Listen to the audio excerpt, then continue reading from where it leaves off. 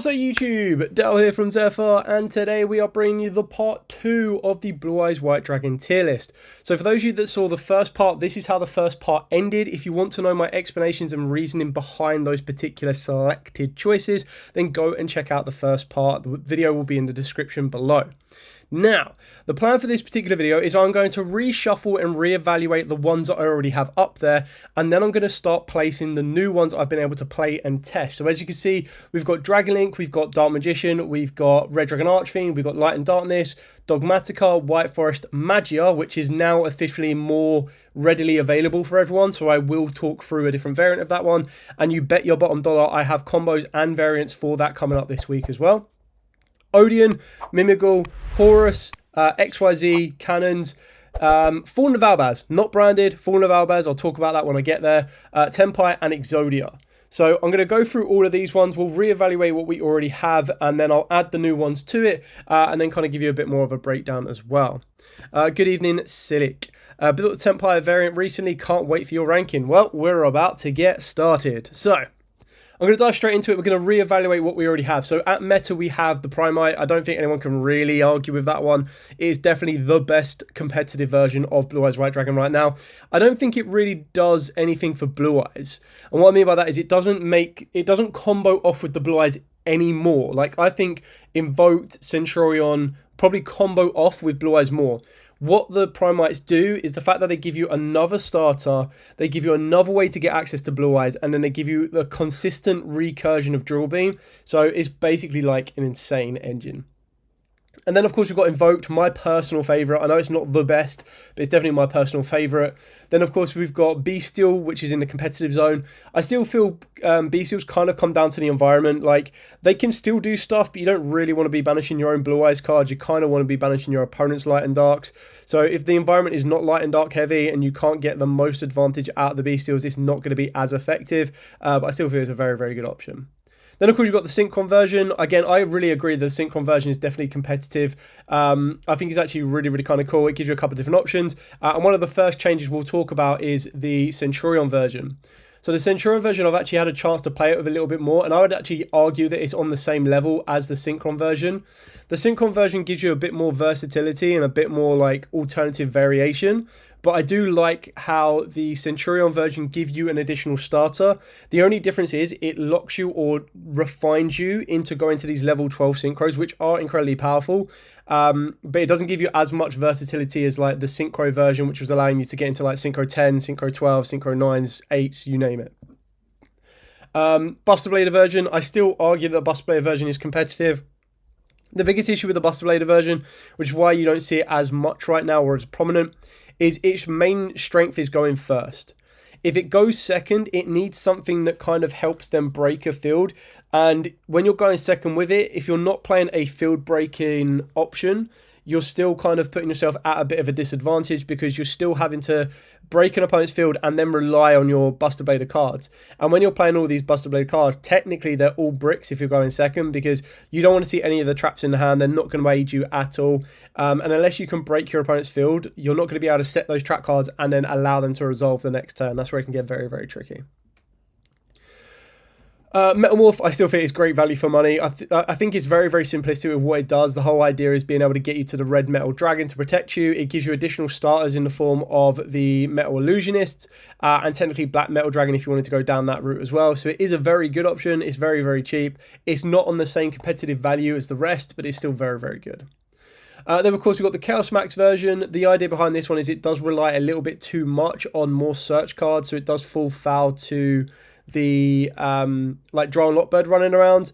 I feel that, again, you'd get more success with a hybrid, and what I mean by that is you could very easily play a Mimigle version with the Chaos Max in it, and then that will give you the ability to not only give your opponent a monster, but it also gives you the ability that you can get your Chaos Max consistently in order to either slow your opponent down and then push for an OTK, or just to push for the OTK if you go second. The structure deck one is obviously always going to have its own limits. There's only going to be so much you can do with just the free structure deck. The Dragoon version, again, I feel that it's very good with what it does, but again, you're adding in more bricks than you really need to in order to kind of get it where it's going. So when you're looking at the gulf between local, contender, and competitive, that's kind of where Dragoon sits, in my opinion. And then, of course, we've got the pure version, which is casual play. And the reason it's casual play is because you would choose not to play any hand traps whatsoever. You would only play Blue Eyes related cards and Kaiba related cards.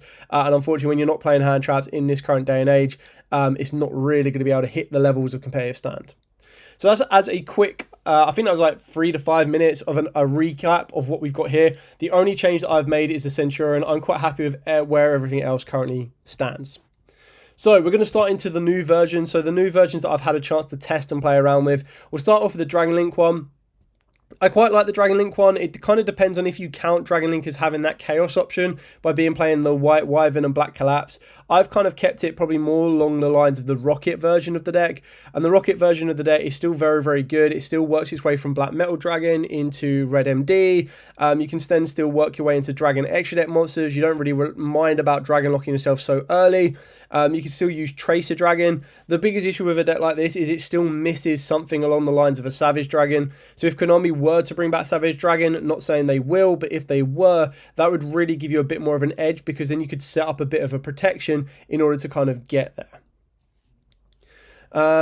Just kind of catch up on the chat so we go from there. So I'm playing pure.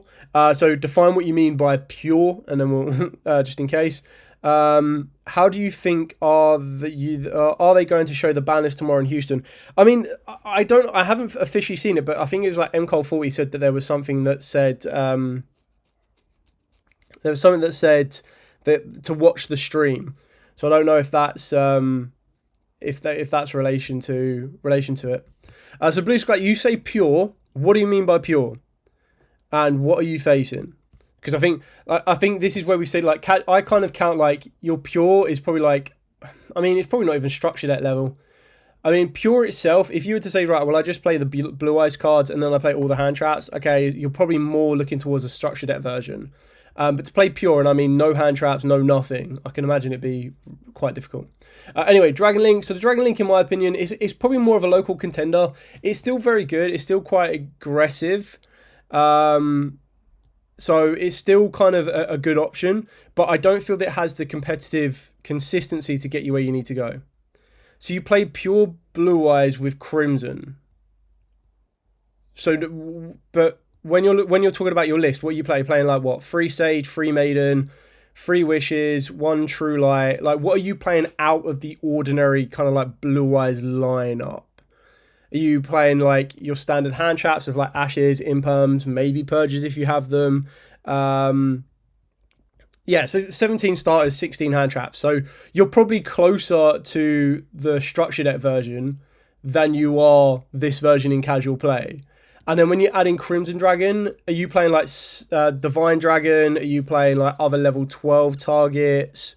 Because then if that's the case, you're probably like moving more towards a synchro version than anything else. But we'll carry on as we go on that one.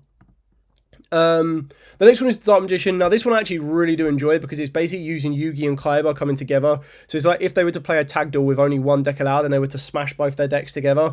I would like to put it above a local contender, but unfortunately you just add so much to it. With Bingo Machine and Ghost, is that Ghost Ogre? Ghost Bell, yeah, so with Bingo Machine and Ghost Bell, so you just add in, so you've got the hand traps in there, you're adding a bit of consistency, so yeah, pretty direct with that one, I guess. Anyway, so the Dark Magician one, what I quite like about this, I would still probably say it's a casual play, because for the pure fact of the matter is, when you're putting Blue Eyes together with Dark Magician, you're basically adding more bricks. It's just how it's going to be. Like, Magician's Rod is a great starter, and the starter can then build off the back of that. That's where you get the most from it. And the benefit you can get from that is like your Magician's Rod can then search you into the Secrets of Dark Magic. So a Dragon Effect monster plus Dark Magician can work you into Dragoon. So, I mean, arguably, to be fair, you still play hand traps, but you don't have as much hand traps. It's probably like down here. I mean, I wouldn't say you would win a locals with it, but you'd definitely be able to like play it and not get absolutely stomped with it. But then like it probably is more casual. Like, to put it above casual, you do get to play some hand traps. You still have space for it, but it's very, very tight. So, I mean, it's probably the higher end of the casual play. Red Dragon Archfiend. I actually really do like the Red Dragon Archfiend version of this deck, but if I'm being completely honest, it's definitely a local contender. Like, I mean, you could again argue that it's casual play, but the big difference is that you're playing a lot more starters. the issue is some of those starters can also be bricks for yourself. So when you're kind of putting these hybrids together, what you've got to remember is you need to kind of define what you're using them for. So for me, I played the Dark Magician Blue Eyes version for homage to the original anime, but then I put a competitive spin on it. And it wasn't a competitive spin that I'm going to take it to my locals, I want to win my locals. It was like, you know what? I want to play something a bit fun. I want to play something a little bit different. Let's play this particular hybrid. That's what you'd be looking at. And I think that's what you're going to be looking at with the Red Dragon Archfiend one as well. I wouldn't put it as high up here. Like this locals one is a bit over the place. It doesn't have as much gas as the Dragon Link version, but it still has a very nice aggressive out. I do like the ability that it can bridge into the resonators. That's always quite nice. But I feel the versions of the deck that's going to get the most from it is when they can bridge from one engine to the other and the other one back to the other. Sometimes it could be one way or another, or like you can only go blue eyes into that. And the versions that really do benefit are the ones that that open up the other engines for a field spell. That's what I mean with Centurion. Centurion can be your starter for your blue eyes combo. But then on the flip side of that as well, you can also use your blue eyes to get you to your Centurions, because you can get to the Centurions through the field spell. And then being able to utilize Ancient Fairy Dragon allows you to get that additional monster from the hand to the field. And then that's when you can start cooking up the combo the way you want it. Light of Darkness Dragon, it's really kind of cool. I'm just going to put it in casual play for now. You could probably consider it as a local contender. But I feel you need a lot more to make it a bit more balanced, because you can't rely on the Evaporation Dragon. In order to get your fusion plays for the Light and Darkness. The Light and Darkness needs to be the last thing you play, the last thing you use.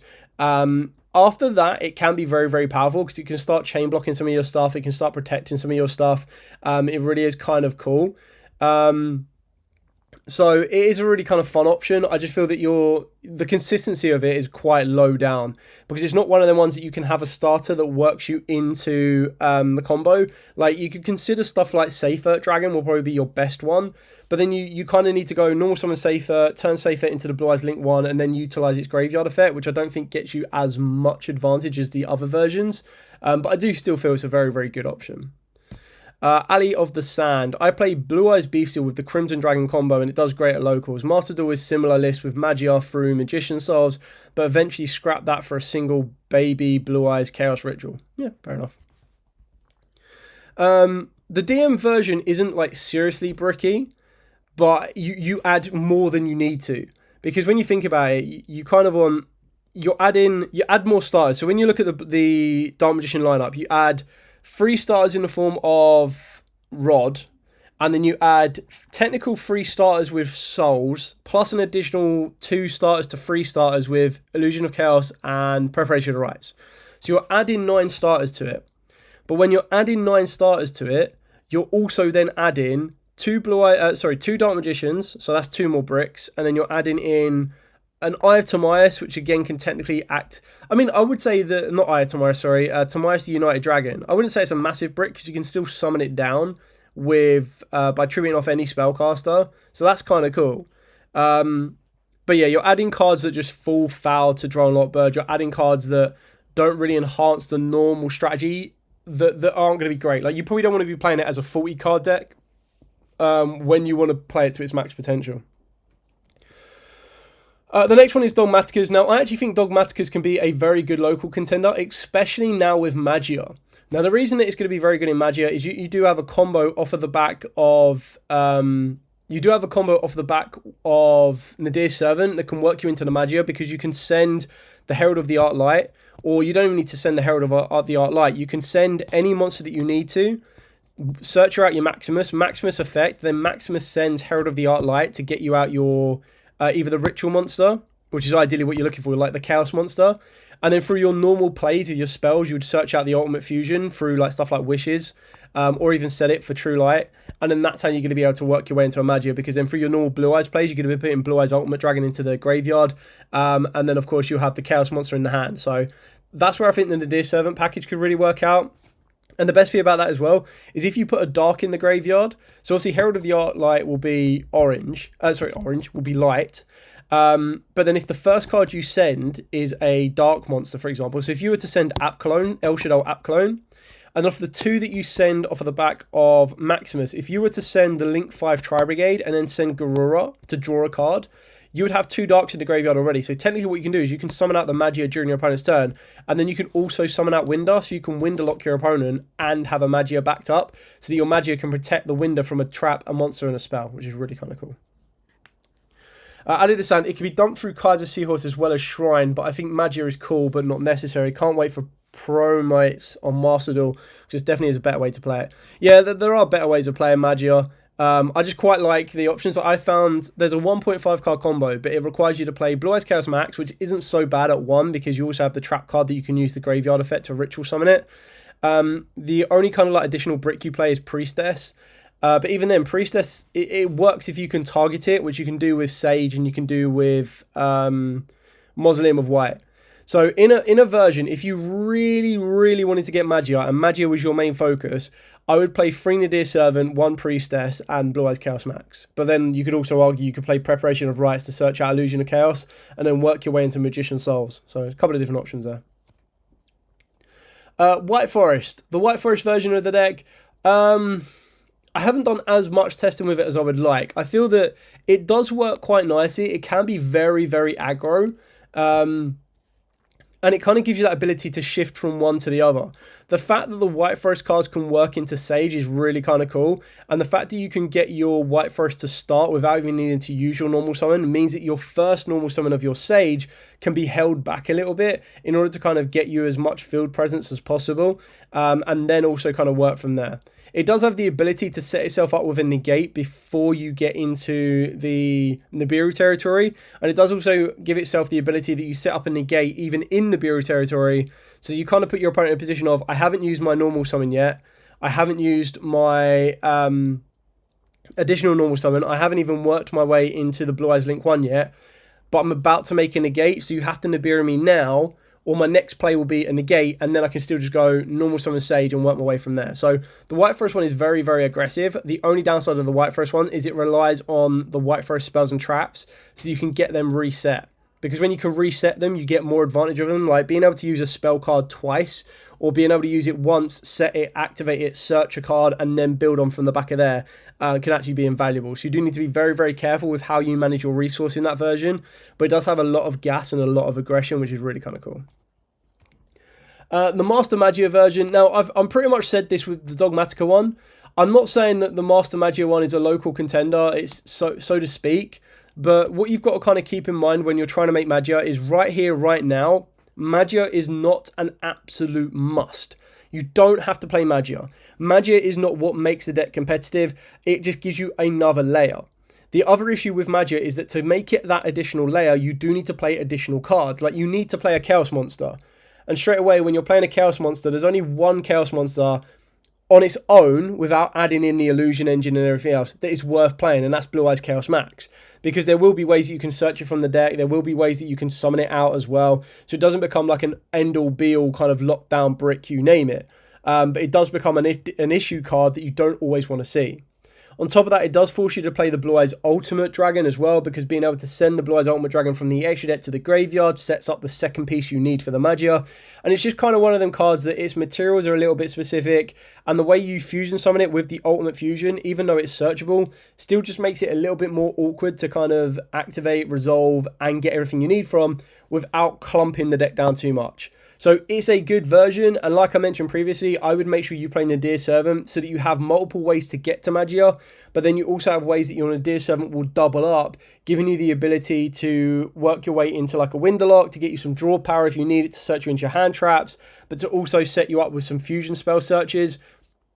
Because what you've got to remember is that when you use the Nadir package, you can also send cards like the Albaz, which searches you out any fusion spell, and that could be very, very important in order to kind of then crack back at your opponent. But then again, you're just adding more cards into the extra deck and main deck that you technically don't need to do. Like if someone said to me, what's the best way I can do it? Do I go and spend, well, you don't need to spend £800 on a Magia anymore, but do I spend £35 on a Magia? Or do I wait, get the Lordy Load reprints, and then work my way into a Primate engine? And it's like, you're probably going to work your way into a Primate engine, but even then, I would honestly say to you right now, if someone said to me, £35 on Magia, or do I buy the entire Invoked engine, I'd be like, or the Centurion engine, I'd be like, put the £35 on the Invoked engine or the Centurion engine. I just think it's better value for your money, And it technically, when you go for the Invoke Macabre, it gives you the exact same thing as the Magia. Magia is just like an addition. It's an additional card that you can play if you want to. It's not an absolute staple, which means the version isn't that broken.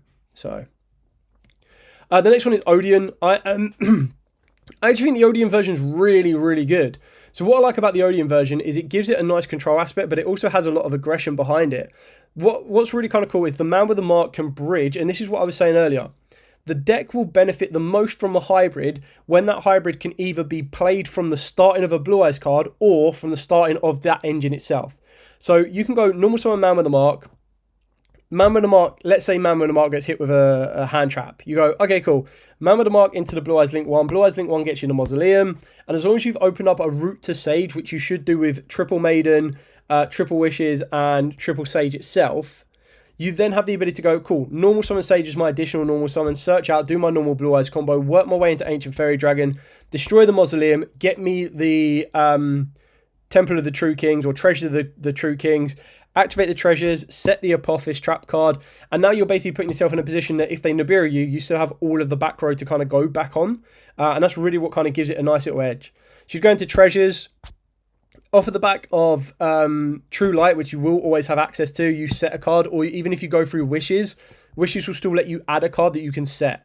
So you're always going to have those two set cards. It means you can then search out your Anubis or, of course, the Skerrit. You can then summon down the Skerrit. You can then use your Skerrit. You'd be able to make Crystal Wing, but then you can also use your Skerrit plus any other effect monster to work your way into a Silo Hat Rabbit. So then your end field is like a Crystal Wing, Silo Hat Rabbit, with either ability to search out the Gallant Granite, and the Gallant Granite means they won't be able to destroy your True Light, which is really, really important, because it means they can't just go, not that people are playing it, but they can't just go like MST. Probably something that's more common is Harpy's Feather Duster to destroy it, and you go, okay, well, I've got Lord of the Heavenly Prisons revealed, you can't do anything. Also, by being able to have Lord of the Heavy Prisons revealed, if you were to activate one of your trap cards and summon it down, you can then just get any trap in your entire deck. As long as you've got Temple of the Kings, you can use it that turn. The one thing you will need to be very, very careful of in this particular version is that you will clear up your back row spaces. Like, you'll fill up your back row spaces already because you'd already have a True Light. Then you need to have Temple of the Kings. You'll want to have the Apophis Serpent, and then you want to have the Apophis Deity. So you've only got one free space along the back row, along the spells and traps. So that one would either become the Statue of Anguish, which will then give you additional pops. But I feel that once you get to the Statue of Anguish, you're pretty much in a win more con situation. But the idea is that with the Blue Eyes cards themselves, you'll be able to set up like a Spirit, you'll be able to set up a Crystal Wing, you'll then be able to obviously work off the Spirit to protect, you'll have the all of the Apophis along the spells and traps, and it's basically Blue Eyes will be the monster zones, and then your Apophis card or your Odon cards will facilitate the back row, which is really kind of nice. So I do really like this version. It's definitely something I want to be testing out a lot more. And it's one of the ones that I've now played Odon Fiendsmith, and I understand why that is the better, like the stronger version. I played Odon Pure, and it was literally like stop Man with the Mark, nothing happened. Like stop Man with the Mark, that's it. Unless I hard open up treasures, it doesn't go anywhere. So the amount of times where I was like, okay, stop Man with the Mark, and then go into the Blue Eyes Link 1, and they're like, what the hell's happening? It does increase your combo count because it increases your combos from being 1-card combos to 2-card combos or 2.5-card combos. But because you're able to search out quite a lot and set up your Anubis in the graveyard, it just works out nicely, which is kind of cool. Moving on to the next one, the Mimigle one. Now, the Mimigle one previously, I did just as like a normal Mimigle, which was a little bit slower, a little bit more control. But then someone did mention to me, and apologies, I haven't got your comment's name actually. Let me see if I can find it.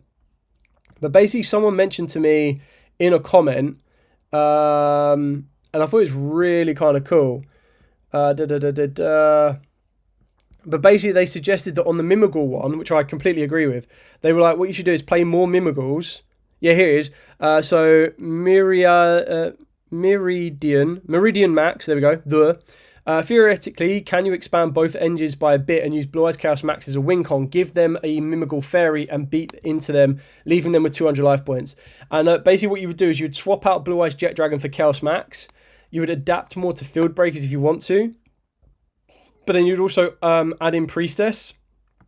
And then Priestess would give you the ability to search out your Chaos Max. So you should see the combo before. I think I did the combo in the Red Dragon Archfiend. No, in the Exodia build. Because the idea is that you save the effect of the Mausoleum to target the Priestess. And when you target the Priestess, it searches out 2 Blue Eyes monsters. So in the Exodia one, you would search out Heart of the Blue Eyes, which is really kind of cool. In any other version, you can search out Blue Eyes Chaos Max, which normally it wouldn't be that great. But if you're going to be working for Magia, or you're going to be working to actually get Blue Eyes Chaos Max to the field, you search out Blue Eyes Chaos Max, and you probably then search out a Jet Dragon if you wanted to, or you can search out any other Blue Eyes monster. You don't have to search out 2, you just search 1 if you need to. But the idea is you'd get access to that, and then you'd have your Priestess on the field. You would have the Blue Eyes Link 1, okay? And then you would use the Blue Eyes Link 1 to bring back Blue Eyes. If you have Maiden, by all means bring back the Maiden, but you don't have to do that. And then what you'd do is you would synchro into a Spirit Dragon. You could, of course, go into Ancient Fairy Dragon, destroy your field spell, search you out the Mimigle dungeon, activate the Mimigle dungeon, and work from there. The only thing you would be missing is a Ritual spell, which is where, when you activate your wishes, you would need to search out Chaos Form. And in doing that, that's absolutely fine, because then you'd go Ancient Fairy Dragon destroy the field spell, search you out your dungeon. Then what you'd do is you'd go dungeon, search you out a Mimigle, which at the base minimum can be the ancient, could be the fairy. And then what you do is you would synchro summon the Maiden plus the Ancient Fairy Dragon into a Crystal Wing. You'd then activate the Chaos Form, banishing the Blue Eyes from the graveyard to summon down your Blue Eyes Chaos Max. You'd give your opponent the fairy. You would attack the fairy with your Blue Eyes Chaos Max, doing 78,000 damage, I believe it is, or 7,800. And then you'd do the last little bit of attack with the Crystal Wing. So that's kind of how that would work. It's really kind of cool, really fun. But again, you're kind of like just adding more in that you don't really need to. Like, it's not a variant that is going to be like on this level here, because each individual aspect of these decks can kind of stand on their own. Like, if you were to only open up Invoke cards, you'd still be able to present a bit of a field. If you're only to open up Bestials, you can still be a little bit defensive and a little bit resilient. Same with Buster Blader, same with Centurions, the Synchro Roots, and of course the White Forest and the Odeons. They can still present a field and still be good. And then, of course, we do have the Horus monsters. I actually think the Horus version, again, is quite good. The biggest issue is it does run foul of Drow and Lockbird right now in this current format. But what I do like about the Horus monsters is they can be very, very aggressive. Being able to get into your rank 8 gives you that ability to OTK, but also gives you the ability to protect. It can allow you to set up the Nibiru's protection just from your first card, because you go, okay, cool, activate Imseti discard gets you King Sark. The issue is if you burn through your hand resource like absolute crazy. So if you're going first, you're pretty much saying to your opponent, break this field, you win. Don't break this field, I win. And then going second, you're like, I'm pushing for the OTK for this very specific reason. So I definitely feel that it could be competitive. It's probably, if anything, it's definitely at the high end of the local contender. But then I also feel that it's very competitive. Like, if you were to build this, not only will people be like, what the hell? But it really causes them a lot of issues. The biggest issue is that it runs foul of Drow and Lockbird, so if you're trying to consider it in this particular format, right here, right now, that can be a little bit tricky. XYZ Hyper Cannon version on this one, unfortunately, this is just a local contender, for the pure fact that it might even be arguably casual play, and that it's still really kind of good, but it's very gimmicky. And what I mean by that is you have to go out of your way, and you pretty much go normal Blue Eyes combo, work your way into the Ancient Fairy Dragon. Ancient Fairy Dragon gets you the Union Hanger, and then you work your play from that point on. The other issue with it as well is you need to use the special summon of the Ancient Fairy Dragon. So you won't be able to conduct your battle phase. So you're forced to not be able to conduct your battle phase, which means the combo only works going first. Yes, of course, it's quite like the Horus version, where you literally say, break this field and win. Don't break this field, I'm going to win. And the fact that you're only playing the XYZ cannon doesn't allow you the ability to float back your X, Y, and Z pieces as well. I did look at an ABC version, but the ABC version relied a little bit too much. Like, you needed more summons than you were actually allowed to get, like more normal summons. So it is really kind of cool, but it just doesn't allow you to push to the level that it really needs to go to. So Chris Smith, finally got to see this live. Going to be bringing Buster Eyes to locals tomorrow night. Do you recommend going for 40 card list, or feel it's better to go 45 to bury bricks? I'm not the biggest fan of the premise of burying bricks. So the fact of the matter is, what you've got to try and do is, if you're going to build your deck and go to 45 cards, in those 5 cards, don't add cards that don't enhance your combos and don't enhance your strategy. So, for example, what I mean by that is, if those 5 cards were just going to be 3 Fluoros and then 2 Ghost Spell, you're not really enhancing any of your consistency. You're basically burying the bricks, but then you're also just increasing your chance of just opening up hand traps. And you're like, well, if I don't see a starter in my first hand or even in my top deck, I'm not going to be able to do anything anyway. So it's not really going to help you out that much. So especially with Buster Blader, you need to kind of decide, like, the only cards I would say to play in the Buster Blader version would be, I would keep it at 40, but I'll try and put Fluoros in there. Like, you need a card in Buster Blader, that, like, one card that makes your opponent end on a much suboptimal first turn field in comparison. And if they take the Fluoros challenge, you get so much more advantage. So you really need to put your position in, like, the issue is there isn't like one field breaker that is absolutely insane. Like, you could main deck something like Evenly Matched, for example, which could be very, very good. But in like a Ryziel matchup, if they're smart, they leave Detonator, and then Detonator still causes you problems. You could play something like, I mean, I wouldn't even say Lightning Storm is that great as a start, as like a breaker. You could play Dark Rule No More, for example. But even then, again, if you go for, because what you're trying to do with Buster Blader is, if you win the dice roll, happy days. You want to go full combo as much as you can, because then it's like 99% of decks will not be able to break that field. And then when you go into game 2 and 3, you kind of find ways to solidify that way. The issue is going second. The best go second card right now is is Fluoros. So that's something you'd probably need to look into. The idea that I proposed with the Mimigle Chaos Max was just a little thought, but then I went a bit more in depth and realised that the engines will probably add up to more than 40 cards. I mean, you can keep it very, very thin if that is your main strategy. You would literally just play 1 dungeon, 1 fairy, and maybe 3 dragon. Like, you could keep that very, very small. But then you would add the priestess to get you to your Chaos Max. So where you would cut down the Mimigles, you would increase the Blue Eyes kind of side to it. Let me just try and catch up on this one. I'm glad I'm finally playing Blue Eyes Primates. That's Heat Haze Gaming. Blue Sky Yugioh. I played 42 and it didn't see hand traps at times. Better to stay at 40. If you need to add more bricks to a variant, better play pure already running 6 bricks. What is the first in competitive tier list? So first is Primite at the moment. Cool. So, where are we? So, Fallen of Albaz. Now, Sam Green has said, I beg you put Albaz in competitive. Now, just for a disclaimer, right? This is Albaz. This is not branded. I have looked at trying to make a branded version. A branded version does not work. When everyone was suggesting a branded version to me, I said, okay, well, do you have any ideas? I personally couldn't see the synergy, because branded want to make sure that you can only fusion summon. Whereas Blue Eyes want that Link 1. Like, that Link 1 is so important. The only way you could make it work is if you were to go for the Despian field spell. But then if you go down that route, you're probably playing Blue Eyes Despian more than anything else. So with the Albaz one, and this is off of the back of, there was a build that got top 16. So basically what you'd be doing is you'd be using Albaz as a field breaker to then work its way into the branded fusion monsters. So there you go. Literally, Labstar has just kind of like said, I don't know how much of a delay is on this, but Labstar has literally just said exactly what I was going for. So you would play 3 Albaz. You could play just 1 Albaz if you wanted to, but you'd play 3 Albaz because technically if you were going second, you can go normal summon Albaz, use its effect to try and break a field. But you could also go normal summon Albaz, turn it into the Blue Eyes Link 1, and then build up from there. So you can go for pretty much anything you wanted to.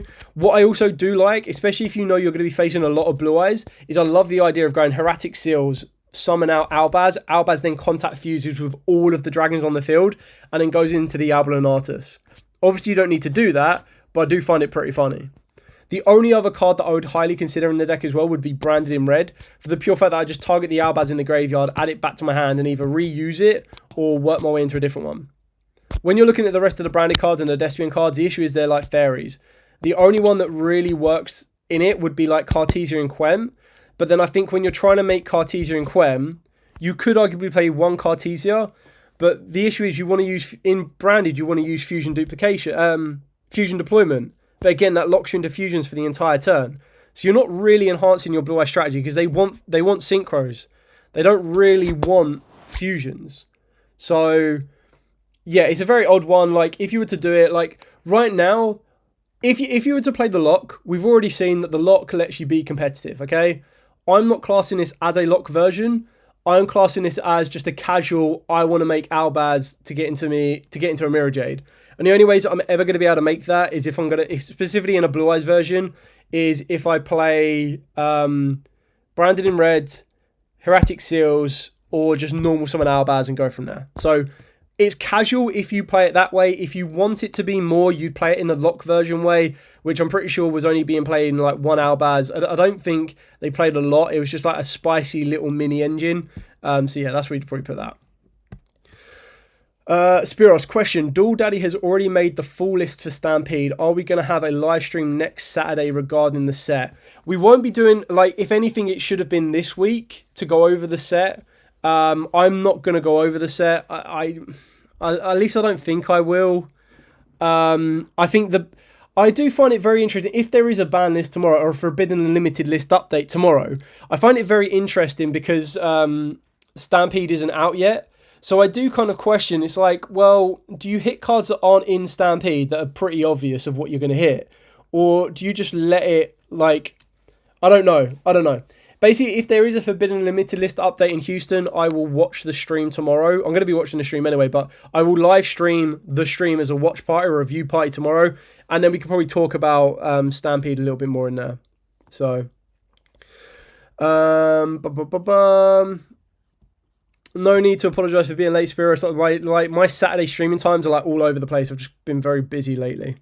Hello, Adam. How are we? I loved your Blue Eyes XYZ deck you made. The most accurate Seto Kaiba deck ever. Thank you very much. Tenpai engine seems good with Fairy Dragon to bridge into Tenpai. Dude, you are just getting ahead of yourself. I'm going to do Tenpai last because Tenpai has actually been one that a lot of people have been asking me for. Absolutely a lot of it. So... Apologies, terrible habit. Let's do Exodia. Exodia is a locals contender. It's a little bit more than casual just for the pure fact that the Exodia version still has the normal aggression of Exodia. Like if you hard open up route to Ankh, you just activate the Ankh, go into your Exodia Fusion Incarnate, and then just kind of obliterate your opponent. The fact of the matter is, it's a very bricky deck because you're playing 5 pieces of Exodia already, which you don't want to see. The only benefit you get is that Priestess searches you out your Heart of the Blue Eyes, which then gets you to your Millennium Ankh. So to be honest, actually, Exodia probably needs to be down here because it's not as aggressive as the original Exodia, like an Exodia Millennium build, because you don't get to play as many Exodia Millennium cards, which can make it very, very tricky. So yeah, it probably deserves to be more in the casual play than anything else. Anyway, Tenpai version is definitely competitive. Like I love this version of the deck. I would arguably say it's probably this level just because of how easy it is to pilot, but how aggressive it can be. What I love about it is a lot of people is I'll play the Blue Eyes, I'll start off with the Blue Eyes, and then my opponent will interact with the Blue Eyes, and then I'll go, like if I get to go battle phase, I'll go Sangan Climbing, they're like, what? Sangan Summoning. So Tenpai, definitely competitive. Like I love how simplistic it is. I love how you kind of bait out every interaction on Blue Eyes and then you just go, cool, Sangan Kaiman, and then go battle phase and you pretty much like OTK through Tenpai. Then on the flip side of that as well is it's one of the ones where you make it very tricky for your opponent because they're like, Tenpai want to go second. I don't want to let them go second. But I also don't want to let them go first because then they just go full Blue Eyes combo. And it just makes it very, very awkward for them to kind of play around, which is really weird. Anyway, that is the updated tier list. So obviously value for money. Arguably, I would say Tenpai could also fall with value for money because you can actually build it very, very cheaply. So Tenpai is definitely like the best one of that. And I would say it's probably the easiest to pilot. It's the most aggressive. And it does have a very nice balance off the back of it as well. I'm going to end the recording there. I'll stay around for like another 5-10 minutes maybe, just in case anyone has any final questions. But yeah, we'll wrap up this tier list. I've been going for like 48 minutes now. So we'll wrap up the tier list and then kind of go from there. Anyway, thank you so much for watching. Let me know where you put certain Blue Eyes decks. Like, if this was my own personal tier list, like 100%, I'd probably have Invoked a little bit higher. But just trying to take this as a experience and played, and how easy a deck is to pilot, how well it can do. Yeah, I think it kind of is what it is. So I do enjoy the deck. I think Blue Eyes is very, very versatile right now. I think it's very cheap to build quite a few of these variants. And I can't wait for Magia to officially be released to more people on... to be officially released by more people on Thursday as well. I know it's still a little bit expensive. Like, I think some pre-orders were like... The first lot of pre-orders was like £25, which is like 30 odd so dollars. And now they're like £35 on tier 0, which I think they might have sold out, but they might restock later on anyway. Cool, thank you so much for watching. Do like, comment, subscribe, share. Till next time, as absolutely always, stay safe, and of course, happy dueling.